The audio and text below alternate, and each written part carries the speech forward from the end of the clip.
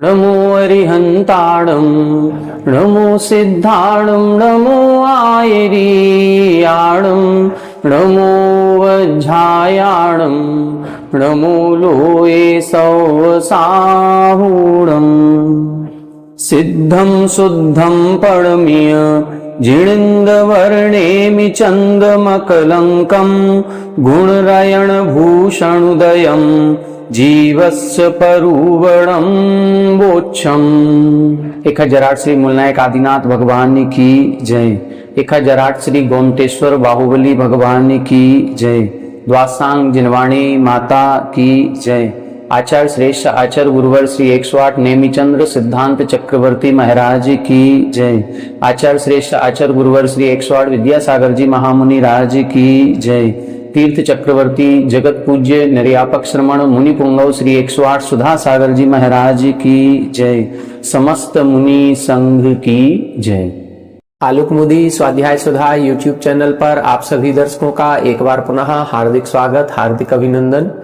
श्री गोमटसार जीवकांड जी ग्रंथराज की स्वाध्याय श्रृंखला में हम सभी 14 मार्गणाओं में से योग मार्गणा पर विस्तार से चर्चा कर रहे हैं।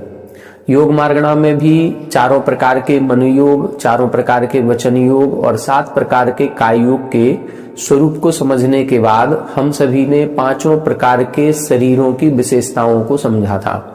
फिर उन विशेषताओं को समझने के बाद अब इनकी संख्या का वर्णन यहाँ पर चल रहा है। सत्य मनोयोगी, असत्य मनोयोगी, उभय मनोयोगी और अनुभय मनोयोगी, ये चारों पृथक पृथक कितने होते हैं और 4 प्रकार के मनोयोगी कुल टोटल कितने होते हैं। इसी प्रकार से 4 प्रकार के वचन योगी पृथक पृथक कितने होंगे और कुल 4 प्रकार के वचन योगियों का एक समूह बना दिया जाए तो कुल वचन योगी कितने जीव होंगे। इसी प्रकार से काय योगी जीव कितने होंगे। अब जो काय योग है, काय योग तो सभी जीवों के पाया जाएगा, चाहे वो एक इंद्रिय हो, चाहे 2 इंद्रिय हो, चाहे वो सैनी पंचेंद्रिय हो, काय योग सभी में है। तो काय योगियों की जो गणना की जाएगी वो 3 प्रकार से की जाएगी। अपन सभी ने पूर्व गाथाओं में समझा था कि यहाँ पर जब संख्या का वर्णन किया था तो सबसे पहली गाथा जो इन्होंने लिखी थी उसमें इन्होंने तीनों योगियों की संख्या अलग बताई थी। मतलब ऐसे जीव जो संगी पंचेंद्रिय हैं, जिनके मनोयोग भी संभव है, वचन योग भी संभव है और काय योग भी संभव है, तो ऐसे तीनों योगियों की संख्या अलग बताई। फिर 2 इंद्रिय से असैनी पंचेंद्रिय तक के जो जीव हैं जिनके 2 प्रकार के योग होंगे, काय योग और वचन योग, उनकी भी संख्या इसमें बताई गई थी। और फिर केवल जिनके काय योग ही पाया जाता है, अन्य कोई योग नहीं होता, उनकी संख्या भी इधर इन्होंने बता दी थी। फिर कल की कक्षा में अपन सभी ने 2 गाथाएं देखी थी जिसमें सत्य असत्य उभय अनुभय ये मनोयोग की चर्चा की गई थी।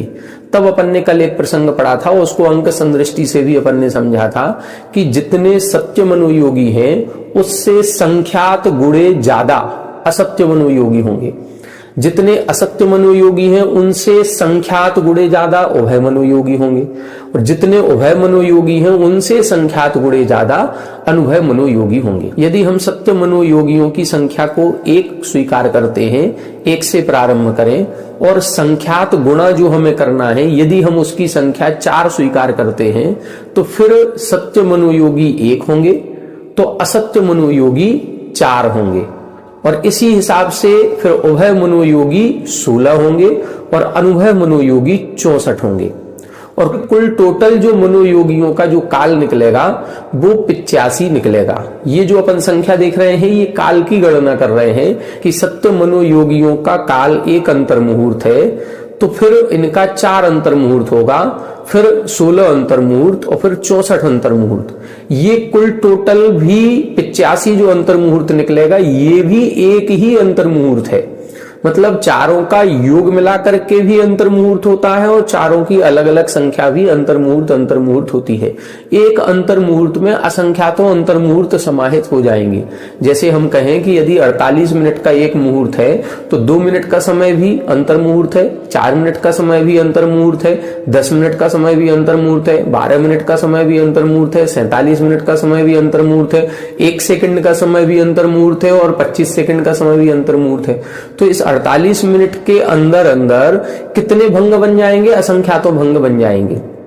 इसी प्रकार से यदि हम सत्य मनोयोगियों का काल कुछ सेकंड का मानते हैं तो उसमें फिर हम 4 का गुणा करेंगे तो उतना असत्य मनोयोगियों का हो जाएगा। उससे फिर और 4 का गुणा करेंगे तो उभय मनोयोगियों का हो जाएगा। उससे फिर 4 का गुणा करेंगे तो अनुभय मनोयोगियों का हो जाएगा। इस प्रकार से ये कुल टोटल सामूहिक काल भी इनका अंतर्मुहूर्त निकलेगा। अब जितना ये जो सामूहिक काल इनका निकला है मनोयोगियों का, उससे फिर संख्यात गुणा ज्यादा करेंगे तो फिर हमारे वचन योगियों का काल निकलेगा, सत्य वचन योगी का। और फिर सत्य वचन योगी से संख्यात गुणा असत्य वचन योगी, असत्य वचन योगी से संख्यात गुणा उभय वचन योगी, उभय वचन योगी से संख्यात गुणा अनुभय वचन योगी। और फिर इन वचन योगियों का भी टोटल अपन करेंगे तो वो टोटल अपना अलग निकल आएगा। फिर जितना वचन योगियों का टोटल निकलेगा उसमें फिर संख्यात का गुणा करेंगे तो काय योगियों की संख्या निकलेगी। इस प्रकार से अब हम मनोयोगियों की, वचन योगियों की और काय योगियों की, इन तीनों की संख्या का टोटल करेंगे कि इनका कुल काल कितना निकला, तो कितने अंतर मुहूर्त निकला। अपन ने देखा था कि 85 गुणे 1701 अंतर मुहूर्त निकलेगा। अब ये 85 का गुणा 1701 में करना है। जितना भी गुणनफल निकलेगा, अब जो हमने तीनों योगियों की कुल टोटल जो संख्या निकाली थी, जो अपन ने देखी थी देवों से कुछ अधिक है, वो जो संख्या होगी उस संख्या में 85 गुणे 1701 का भाग लगाएंगे। 85 का गुणा करेंगे पहले 1701 में, जो गुणनफल निकलेगा उसका भाग लगाएंगे हम उस कुल टोटल राशि में। और फिर जो एक भाग निकलेगा वो एक भाग प्रमाण होंगे सत्य मनोयोगी, फिर 4 भाग प्रमाण होंगे असत्य मनोयोगी, फिर 16 भाग प्रमाण होंगे उभय मनोयोगी, फिर 64 भाग प्रमाण होंगे अनुभय मनोयोगी। इस प्रकार से अपन को ये उनका फिर स्वयं स्वयं की राशि का गुणा करना होगा। कल की कक्षा में हमसे भूल से ये जो शब्द निकला बार बार कि 1701 का भाग लगाएंगे, 1701 का भाग लगाएंगे। 1701 का भाग नहीं लगाना है, 85 गुणे 1701 कुल टोटल जो गुणनफल निकलेगा उसका भाग हम लगाएंगे जो तीनों योगियों की कुल टोटल संख्या है उसमें। और फिर जो हमारा भागफल निकलेगा उसमें फिर हम एक एक के भाग का गुणा करेंगे। जो सत्य मनोयोगियों का भाग 1 भाग था तो उसका गुणा करेंगे, असत्य मनोयोगी 4 भाग प्रमाण थे तो उसका गुणा करेंगे, उभय मनोयोगी 16 भाग प्रमाण थे तो 16 का गुणा करेंगे, फिर इसका गुणा करना है। इस प्रकार से अपन को समझना है। अब आज की कक्षा में अपन काय योग पर विस्तार से चर्चा करेंगे। काय योग के 7 भेद बताए गए थे: औदारिक काय योग, औदारिक मिश्र काय योग, वैक्रियक काय योग, वैक्रियक मिश्र काय योग, आहारक काय योग, आहारक मिश्र काय योग और कार्मण काय योग। तो अब जो 6-7 गाथाएं आएंगी, इन 6-7 गाथाओं में इन्हीं काय योगियों की संख्या का वर्णन किया जा रहा है। आइए देखें गाथा नंबर 264। कम्मोरालिय मिस्सय, कम्मोरालिय मिस्सय, ओरालद्धासु संचिद अनंता, ओरालद्धासु संचिद अनंता, कम्मोरालिय मिस्सय, कम्मोरालिय मिस्सय, ओरालिय जोगिनो जीवा, ओरालिय जोगिनो जीवा। कम्मोरालिय मिस्सय, ओरालद्धासु संचिद अनंता, कम्मोरालिय मिस्सय, ओरालिय जोगिनो जीवा। देखें यहां बता रहे हैं 3 प्रकार के काय योग की संख्या एक ही गाथा में बता रहे हैं। सबसे पहले लिखा कम्म यानी कार्मण, ओरालिय मिश्र यानी औदारिक मिश्र काय योग, और ओराल अर्थात औदारिक काय योग, अद्धासु इनका जो काल होता है, कार्मण काय योग का काल, फिर औदारिक मिश्र का काल और फिर औदारिक काय योग का काल, इनका जो काल कहा गया है उस काल में संचिद अनंता, उसमें प्रत्येक के काल में अनंतानंत जीवों का संचय हो जाता है। इसीलिए कम्म ओरालिय मिस्सय ओरालिय जोगिनो जीवा।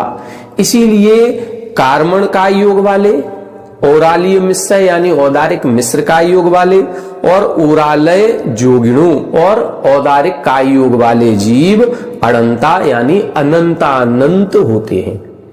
यहां क्या बता रहे हैं, जैसे मनोयोग और वचन योग के काल से उनकी संख्या का निर्धारण किया था कि मनोयोग के काल में सबसे कम काल सत्य मनोयोग का है, तो उनकी संख्या भी सबसे कम होगी। सत्य मनोयोग से ज्यादा काल किसका है? वो असत्य मनोयोगियों का है, तो उनकी संख्या सत्य मनोयोगियों से ज्यादा होगी।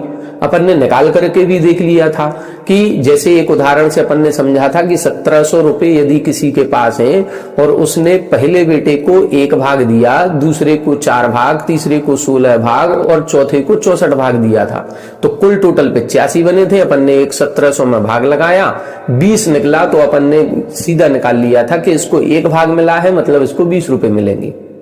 इसी प्रकार से इधर बता रहे हैं जिसका काल कम होगा उसके संचित जीवों की संख्या भी कम होगी। जैसे कार्बन शरीर की बात करें, अब नीचे की गाथा जो है उस गाथा का सामान्य से अर्थ पहले से समझ लें कि जैसे कार्बन का योग होता है, ये कार्बन का योग कितने समय के लिए होता है? केवल 3 समय के लिए होता है, वो भी मैक्सिमम। हो सकता है 1 समय के लिए ही बने, हो सकता है 2 समय के लिए बने, और हो सकता है बनेगा तो 3 समय के लिए। 3 से ज्यादा समय के लिए कार्बन का योग होता ही नहीं है। तो इन 3 समयों में कितने जीव इकट्ठे हो जाएंगे? तो इन 3 समयों में भी अनंतानंत जीव इकट्ठे हो जाते हैं। इसीलिए कार्बन का योग में भी अनंतानंत जीव हैं। लेकिन औदारिक मिश्र का काल अंतर्मुहूर्त होता है।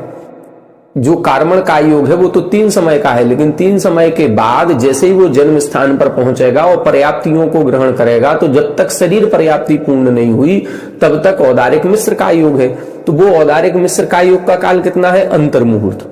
और फिर औदारिक का योग कब तक रहेगा? जब तक उसकी आयु रहेगी। जैसे कर्म भूमि का कोई मनुष्य त्रियंश होगा, उसके 1 पूर्व कोटि की आयु तक हो सकता है, और यदि भोग भूमि का हुआ तो 3 पल्ले तक की आयु का हो सकता है। तो फिर पूरी आयु पर्यंत औदारिक का योग होगा, तो औदारिक का योग का काल ज्यादा होगा। अब जिसका काल जितना ज्यादा है उसके जीवों की संख्या भी उतनी ज्यादा होगी। ये इधर भले अनंतानंत लिख दिया, तो कार्बन का योग में भी अनंतानंत है, औदारिक मिश्र का योग में भी अनंतानंत है, और औदारिक का योग में भी अनंतानंत है। लेकिन तीनों के अनंतानंत में बहुत अंतर होगा।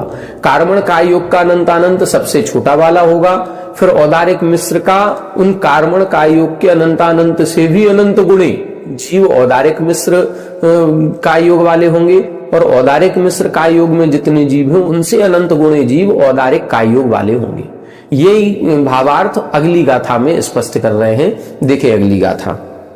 समयत्तय संखावली शंख गुणावली समास हेद राशि, शंख गुणावली समास हेद राशि, सग सग गुणि दे थोवो, असंख संखाहदो कंसो, समयत्तय संखावली शंख गुणावली समास हेद राशि, सग सग गुणि दे थोवो, असंख संखाहदो कंसो।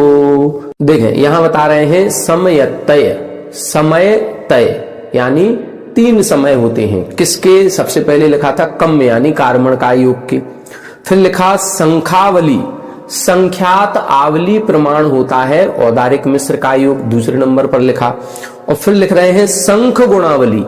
जो औदारिक मिश्र का संख्यात आवली लिखा है उसमें पुनः संख्यात का गुणा करें तो संख्यात गुणावली हो जाएगा, मतलब संख्यात गुणे आवली प्रमाण, फिर औदारिक का योग का काल निकलेगा। तो इस प्रकार से ये तीनों योगों का अलग अलग काल बता दिया। कार्बन का योग 3 समय का है, औदारिक मिश्र का योग संख्यात आवली का है, और फिर औदारिक का योग संख्यात गुणे संख्यात आवली का है, मतलब उसकी आवली बहुत ज्यादा हो जाएंगी। अब जैसे अपन कहें 1 सेकंड में संख्यात आवली, फिर 1 सेकंड से अपन ने मिनट बना लिया, मिनट से घंटे बना लिए, घंटे से दिन बन गया, दिन से महीने हो, महीने से वर्ष, और फिर आयु की गणना हो जाती है। तो ये कितनी निकलेंगी, ये हम यदि आवली गिनना चाहें तो ये भी गिन सकते हैं। इसीलिए लिखा है इधर इन्होंने संख्यात गुणावली। तो औदारिक का योग संख्यात गुणावली प्रमाण है, औदारिक मिश्र का योग संख्यात आवली प्रमाण है, और कार्बन का योग 3 समय प्रमाण होता है। अब क्या करना है? समास।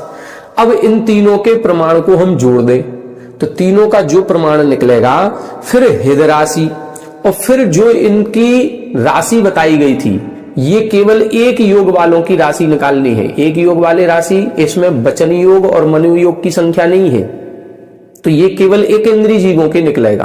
तो एकेंद्रीय जीवों की जितनी संख्या बताई थी, अब एकेंद्रीय जीवों की संख्या कितनी बताई थी?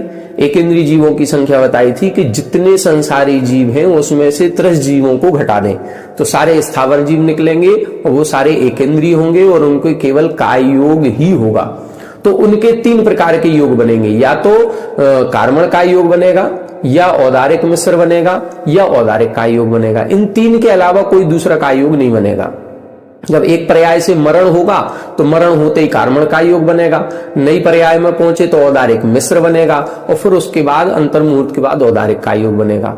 तो ये जिनके मात्र एक ही काय योग ही होता है, जो काय योगी वाले जीवों की संख्या बताई थी, उनकी जो संख्या है उसमें इन तीनों के जोड़ करके और फिर उसमें भाग लगाएं और उसमें भाग लगाने के बाद जो भागफल निकले उसको फिर इधर समय तय, इस हिसाब से 3 समय वालों के उसमें गुणा करेंगे तो सबसे कम राशि निकलेगी हमारी कार्मण काय योग वालों की। फिर संख्यात आवली से गुणा करेंगे तो फिर औदारिक मिश्र की उनसे कई गुना ज्यादा निकलेगी और फिर संख्यात गुणावली से गुणा करेंगे तो फिर औदारिक काय योग वालों की सर्वाधिक संख्या निकलेगी। तो इस प्रकार से इनकी संख्या निकल आएगी। वही पैटर्न है जो अभी अपन ने मनोयोग और वचन योग में लगाया था। सग सग गुणि दे, तो क्या निकलेगा? पहले इन तीनों के समय बता दिया, तीनों के समय का फिर अपन अंक संदृष्टि निकालेंगे तो उनकी जो भी अंक संख्या निकलेगी उसका समास जोड़ लगाएं, फिर जोड़ लगा करके उस जोड़ का भाग लगाएंगे किसमें? एकेंद्रियों की कुल टोटल राशि में। फिर जो भागफल निकलेगा उसको हम कार्मण काय योग के समय 3 प्रमाण जो भी संख्या थी उसमें गुणा करेंगे। तो इसीलिए लिखा सग सग गुणि दे, जो स्वयं की राशि है उसमें गुणा करना है। अब जब स्वयं की राशि में गुणा करेंगे तो कार्मण काय योग वालों की अलग राशि निकल आएगी और फिर औदारिक मिश्र की अलग निकलेगी और औदारिक काय योग की अलग निकलेगी। अब इसमें क्या अंतर होगा? तो पहले लिखा थोबू, कार्मण काय योग वाले सबसे कम होंगे, फिर असंख्य, उससे असंख्यात गुणे, फिर कौन होंगे? औदारिक मिश्र वाले, और औदारिक मिश्र वालों से संख्याहदु, फिर उनसे संख्यात गुणे ज्यादा औदारिक काय योग वाले होंगे। तो इस प्रकार से कम से यानी क्रमशः ये लगा लेना चाहिए। तो 3 प्रकार के काय योगियों की चर्चा इधर इन्होंने बता दी, जो कार्मण काय योग वाले कितने हैं, औदारिक काय योग वाले और औदारिक मिश्र काय योग वालों की संख्या इधर स्पष्ट कर दी। अब देखें आगे बता रहे हैं वैक्रियक मिश्र काय योग और वैक्रियक काय योग। इनका वर्णन 4 गाथाओं में किया गया है, एक नए प्रकार से वर्णन किया है, इसको समझने का प्रयास करते हैं। आइए गाथा देखें। सोवक्कमाणुवक्कम सोवक्कमाणुवक्कम कालो संखेज्य वासठे दीवाणे, कालो संखेज्य वासठे दीवाणे, आवलि असंख्य भागो, आवलि असंख्य भागो, संखेज्यावलि पमाकंसो, संखेज्यावलि पमाकंसो, सोवक्कमाणुवक्कम कालो संखेज्य वासठे दीवाणे, आवलि असंख्य भागो, संखेज्यावलि पमाकंसो। देखें इधर बता रहे हैं वैक्रियक मिश्र काय योग और वैक्रियक काय योग। इसको समझे। वैक्रियक मिश्र काय योग किसके बनेगा? जो जीव यहां से मरण करके देवों में अथवा नारकियों में उत्पन्न होने जा रहे हैं और जैसे ही उस जन्म स्थान पर पहुंचेंगे, प्रारंभ के अंतर मुहूर्त तक जब तक उनकी पर्याप्तियां पूर्ण नहीं हुई तब तक वैक्रियक मिश्र काय योग है, और जैसे ही पर्याप्तियां पूर्ण हो जाएंगी फिर जीवन पर्यंत वैक्रियक काय योग होता है। अब इधर इन्होंने वैक्रियक मिश्र काय योग की संख्या बताने के लिए 3 या 4 गाथाएं लिखी हैं। थोड़ा सा उसको समझे। यहां पर जो प्रारंभ की 3-4 गाथाएं लिखी हैं वो व्यंतर देवों की अपेक्षा से लिखी हैं, और व्यंतर देवों में भी जिनकी जघन्य आयु होती है। जघन्य आयु किसकी कितनी होती है? 4 प्रकार के देव अपन ने पढ़े हैं, भवनवासी, व्यंतर, ज्योतिष्क और वैमानिक। इनकी जब अपन ने जघन्य और उत्कृष्ट आयु पढ़ी थी तत्वार सूत्र का 4था अध्याय, तो 4थे अध्याय में एक सूत्र लिखा था 10 वर्ष सहस्राणि प्रथमायाम। तो 10 वर्ष सहस्राणी प्रथमायाम, ये नरकों की जघन आयु बताई थी कि प्रथम नरक की जघन आयु 10,000 वर्ष होती है। फिर लिखा था भवनेषु च, भवनवासियों में भी जघन आयु 10,000 वर्ष की।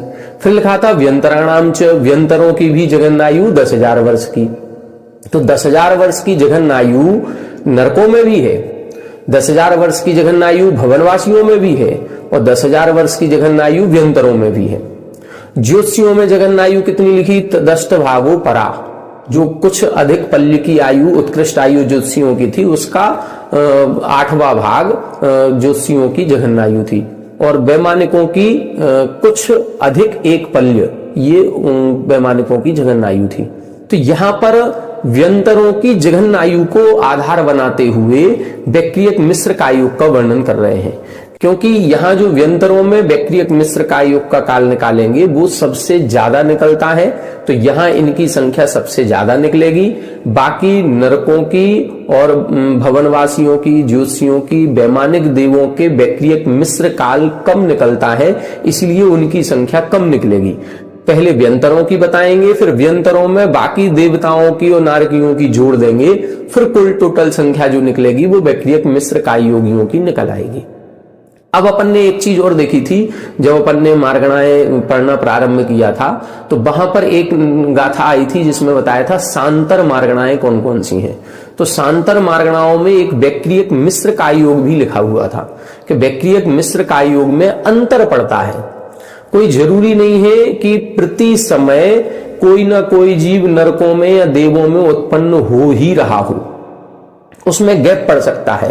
और वो गैप कितना बताया था? 12 मुहूर्त तक का गैप बताया था कि हो सकता है कि 12 मुहूर्त तक एक भी जीव इन गतियों में उत्पन्न ही ना हो, न नरकों में जाए न देवताओं में जाए, कहीं भी नहीं जाए।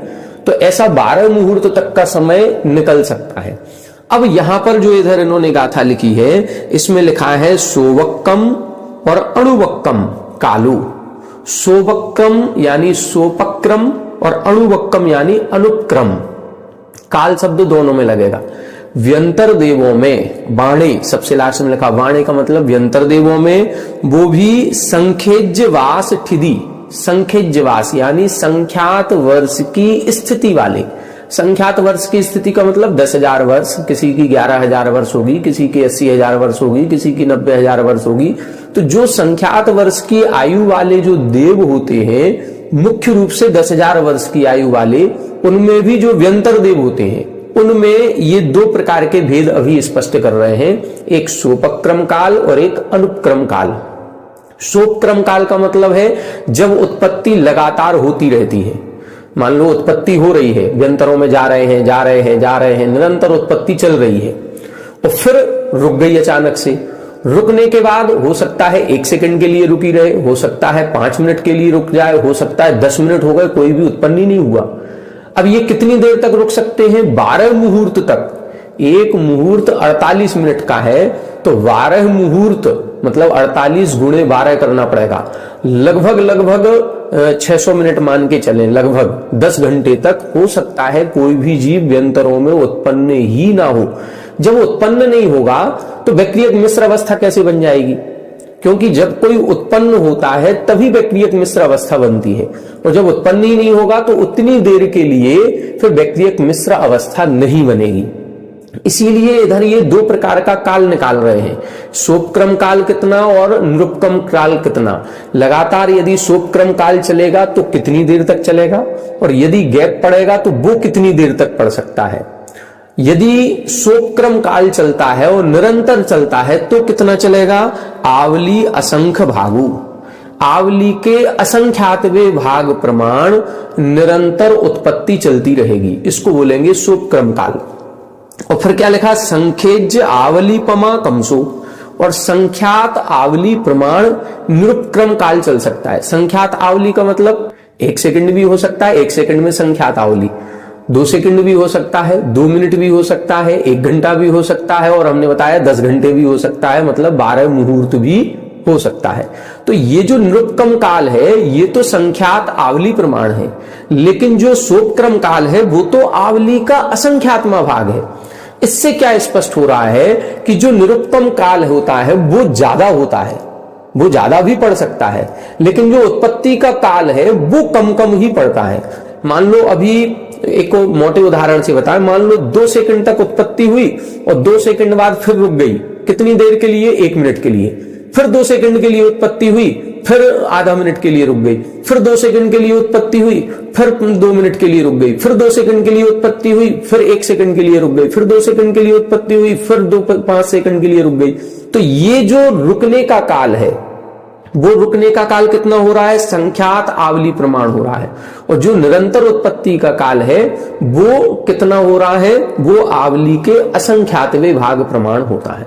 तो अब ये क्या करेंगे, जितनी कुल टोटल आयु होती है 10,000 वर्ष, उस 10,000 वर्ष में ये दोनों प्रकार के काल को अलग अलग निकालेंगे कि उत्पत्ति के काल कितनी बार आते हैं और कितने कितने समय के हैं, और नहीं उत्पत्ति हो रही है ऐसे नृपकम काल जो है वो कितनी बार आते हैं, वो कितने कितने समय के आते हैं। तो इस प्रकार से ये अब अगली गाथा में इसका और खुलासा करेंगे। तहिम सव्वे शुद्ध सला, तहिम सद्वे शुद्ध सला, सोवक्कम काल दो दुसंख गुणा, सोवक्कम काल दो दुसंख गुणा, तत्तो संख गुणुणा, तत्तो संख गुणुणा, अपुण्य कालम हि शुद्ध सला, अपुण्य कालम हि शुद्ध सला। तहिम सव्वे शुद्ध सला, सोवक्कम काल दो दुसंख गुणा, तत्तो संख गुणुणा, अपुण्य कालम हि शुद्ध सला। अब देखें यहां बता रहे हैं तहिम सव्वे शुद्ध सला, शुद्ध सलाकाएं निकालेंगे। सलाकाओं का मतलब एक एक बारी निकालेंगे। जैसे पहले 2 सेकंड के लिए उत्पत्ति हुई, फिर गैप पड़ गया, फिर उत्पत्ति हुई, फिर गैप पड़ गया, फिर उत्पत्ति हुई, फिर गैप पड़ गया। तो ये कितनी बार उत्पत्ति हो रही है और उन उत्पत्तियों का कुल टोटल काल कितना है, तो वो सलाकाएं कहलाएंगी। मतलब एक अंतर मुहूर्त काल में यदि 20 बार तो उत्पत्ति हो रही है और 19 बार गैप पड़ रहा है, तो 20 बार ये समय कितना हो रहा है, तो ये 20 बारी जो निकली इसको बोलेंगे सलाका। तो ये कहलाएगी एक शुद्ध सलाका। और वो निरुपकम काल की भी इसी प्रकार से सलाका निकलेंगी। वो मान लो 19 निकली क्योंकि 19 बार रुका, लेकिन उस सलाका का समय कितना है, कितने समय तक के लिए रुका, तो उनको प्लस प्लस प्लस प्लस अलग करेंगे। मान लो पहले 1 मिनट के लिए रुका था, फिर 2 मिनट के लिए रुका, फिर 3 मिनट के लिए रुका, तो कुल कितने मिनट हो गए? 6 मिनट हो गए। तो ऐसे हमको निरुपक्रम काल का समय अलग निकालना पड़ेगा और शोभक्रम काल का समय अलग निकालना पड़ेगा। अब वो इधर बता रहे हैं कि तहिम सव्वे शुद्ध सला सोवक्कम काल दो, जो कुल टोटल शुद्ध सलाकाएं सोपक्रम काल की निकलेंगी वो संख्यात गुणा निकलेंगी। जो सोपक्रम काल था, सोपक्रम काल कितना था? आवली का असंख्यात्मा भाग, उससे भी संख्यात गुणा ज्यादा उसकी वारियां निकलेंगी, उसकी सलाकाएं निकलेंगी। और तत्तो संख गुणुणा अपुण्य कालम में शुद्ध सला, और अपुण्य काल यानी अपर्याप्तकों का जो काल निकलेगा उस अपर्याप्तकों के काल में संख्यात गुणा कम ये शुद्ध सलाकाएं निकलेंगी सोपक्रम काल की। तो ये अब दोनों प्रकार की अलग अलग, पर्याप्त काल की अलग निकाल रहे हैं, अपर्याप्त काल की अलग निकाल रहे हैं। इन शुद्ध सलाकाओं की संख्या निकाल रहे हैं कि यदि हम पर्याप्त काल में देखते हैं तो कुल टोटल सोपक्रम काल का जो समय था उससे संख्यात गुणी उसकी सलाकाएं निकलेंगी, और अपर्याप्त काल में इसकी संख्याएं संख्यात गुणा कम निकलेंगी। अब अगली गाथा देखें 268 नंबर की।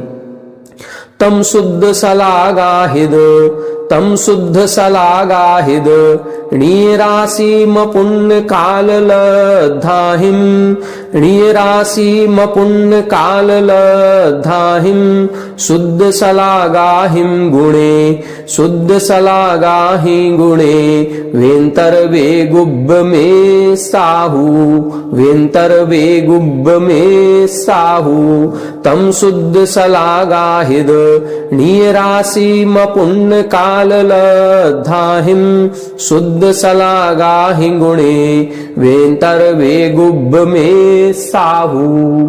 अब इधर बता रहे हैं वो जो शुद्ध सलाकाएं निकली हैं उन शुद्ध सलाकाओं का टोटल करके नी राशि आहिद, अब वो जो निज राशि है, व्यंतर देव कुल कितने होते हैं, उन व्यंतर देवों की कुल संख्या में इसका भाग लगाएंगे। और भाग लगाने के बाद अपुण्य काल लब्धाहि, जो अपर्याप्त काल का जो लब्ध निकलेगा, उस लब्ध में शुद्ध शलाकाहि गुणे, फिर उसमें शुद्ध शलाकाओं का गुणा करेंगे, तब जाकर के जो राशि निकलेगी वो व्यंतर वेगुब्ब मिस्साहु, वो व्यंतर देवों में वैक्रियक मिश्र काय योगियों की संख्या निकलेगी। व्यंतर देवों में वैक्रियक मिश्र काय योगियों की संख्या सबसे ज्यादा होती है, इसीलिए इनको अलग से बता रहे हैं। अब ये कैसे क्या करना है, ये शुद्ध शलाकाओं में किसका गुणा किसका भाग, कैसे अपर्याप्त काल कैसे पर्याप्त काल, ये कंसेप्ट अभी हमको भी बहुत अच्छे से क्लियर नहीं हुआ। इतना जरूर समझ में आ गया है कि इसमें दो प्रकार के काल की चर्चा है, सोपक्रम काल, नृपक्रम काल। सोपक्रम काल का जो समय है वो आवली का संख्यात्मक भाग है, निरुपक्रम काल जो है वो संख्यात आवली प्रमाण है। इनकी जो शुद्ध शलाकाएं निकलेंगी वो सोपक्रम काल की जो शुद्ध शलाकाएं हैं वो संख्यात गुणा ज्यादा निकलेंगी, और सोपक्रम काल की जो शलाकाएं अपर्याप्त अवस्था में हैं वो संख्यात गुणा कम निकलेंगी। फिर अब तीसरी गाथा ये जो 268 की है, ये बहुत अच्छे से क्लियर अभी नहीं हो रही। अर्थ कुल टोटल मिलाकर के जो सामान्य से अपन को ग्रहण करना है वो केवल इतना ग्रहण करना है कि जितनी व्यंतर देवों की राशि होती है उसमें जो हम संख्यात का भाग लगाएंगे तो जो भागफल निकलेगा उतने व्यंतर देवों में वैक्रियक मिश्र काय योगी होते हैं। सामान्य अर्थ केवल इतना ही है कि व्यंतर देवों की जितनी संख्या है, कौन से संख्यात वर्ष वालों की, क्योंकि ये संख्यात वर्ष वालों में सबसे ज्यादा होता है। जो जिनकी आयु पल्यों में है, जिनकी आयु सागरों में होगी, उनमें ऐसा कोई भी अंतर विशेष नहीं पड़ता, उनमें संख्या कम होती है, सबसे ज्यादा इनमें ही होती है। इसीलिए 3 गाथाओं में इनका वर्णन विशेष रूप से किया है। तो ये क्या समझना है, कुल मिलाकर के इतना ही समझे कि जो वैक्रियक मिश्र काय योग के धारी है वो व्यंतर देवों की जितनी संख्या है उस व्यंतर देवों की संख्या में संख्यात का भाग लगाएंगे तो जो भागफल निकलेगा उतने वैक्रियक मिश्र काय योगी होते हैं। कौन से? वैक्रियक वाले। अब इन वैक्रियक मिश्र काय योगियों में अब बाकी सबको मिला दें, भवनवासियों के वैक्रियक मिश्र काय योगी, ज्योतिषियों के, वैमानिकों के और नारकियों के, कुल टोटल जितने होंगे फिर वो सब कुल टोटल मिलाकर के कहलाएंगे वैक्रियक मिश्र काय योगी। ये अगली गाथा में बता रहे हैं। तहिं शेष देवनारय, तहि शेष देवनारय, मिस्स जुदे सव मिस्स वे गुव्वम, मिस्स जुदे सव मिस्स वे गुव्वम, सुर निरयकाय जोगा, सुर निरयकाय जोगा, वे गुब्बियकाय जोगाहु, वे गुब्बियकाय जोगाहु। तहि शेष देवनारय, मिस्स जुदे सव मिस्स वे गुव्वम, सुर निरयकाय जोगा, वे गुव्वियकाय जोगाहु। देखें अब इधर स्पष्ट कर रहे हैं, तहिम शेष देव नारय मिस्स जुदे। अब जो व्यंतर देवों के वैक्रियक मिश्र काय योगियों की संख्या आई है उसमें शेष देव यानी भवनवासियों के, ज्योतिषियों के और वैमानिकों के, इन तीनों के मिश्र काय योगी और नारय यानी नारकियों के मिश्र काय योगियों को जुदे यानी इनको जोड़ दे, इनको युक्त कर दे। जब इनको युक्त करेंगे तो सब मिश्र वेगुब्बम, फिर जो संख्या निकल के आएगी वो सारे के सारे वैक्रियक मिश्र काय योगियों की संख्या होगी। ठीक है। फिर सुर निरयकाय जोगा, फिर जितने भी देव और नारकियों की संख्या बताई थी, जो देव है और नारकी हैं उनकी जितनी कुल टोटल संख्या बताई गई थी वो सारे के सारे वैक्रियक काय योग वाले हैं, तो उनकी सबकी संख्या मिलाकर के वैगुब्दीय काय जोगाहु, वो सभी वैक्रियक काय योग वाले जानना चाहिए। अब कौन बचे? औदारिक औदारिक मिश्र हो गए, वैक्रियक मिश्र हो गए और कार्मण काय योग वालों की संख्या बता दी। अब एक गाथा बताएंगे जिसमें आहारक और आहारक मिश्र काय योगियों की संख्या बताएंगे और ये अधिकार अपना आज पूर्ण हो जाएगा। एक गाथा और देखें। आहार काय जोगा, आहार काय जोगा चौवन्नम होन्ति एक समयम ही चौवन्नम होन्ति एक समयम ही आहार मिस्य जोगा सत्तावी साधु कसम आहार काय जोगा चौवन्नम होन्ति एक समयम ही आहार मिस्य जोगा सत्तावी साधु कसम। अभी तक की चाहे भले वो अपन ने गति मार्गणा पढ़ी हो, चाहे इंद्रिय मार्गणा, काय मार्गणा या योग मार्गणा, इन सभी मार्गणाओं में जो जीवों की संख्या बताई गई है उसमें सबसे सरल गाथा यदि कोई है तो वो ये है। इसमें आहारक और आहारक मिश्र काय योगियों की संख्या है। इसमें ज्यादा गुणा भाग कुछ भी नहीं करना है, सीधा सीधा स्पष्ट लिखा है आहार काय जोगा चौवन्नम होन्ति। जो आहारक काय योगी होते हैं वो 54 होते हैं एक संयमी, एक समय में, मतलब एक साथ एक समय में। यदि पूरे 2.5 द्वीप में जितने मुनिराज हैं, जितने आहारक रिद्धिधारी मुनिराज हैं, यदि वो एक साथ आहारक पुतले निकालें तो 54 से ज्यादा नहीं निकलेंगे। कम तो हो सकते हैं लेकिन 54 से ज्यादा नहीं होंगे।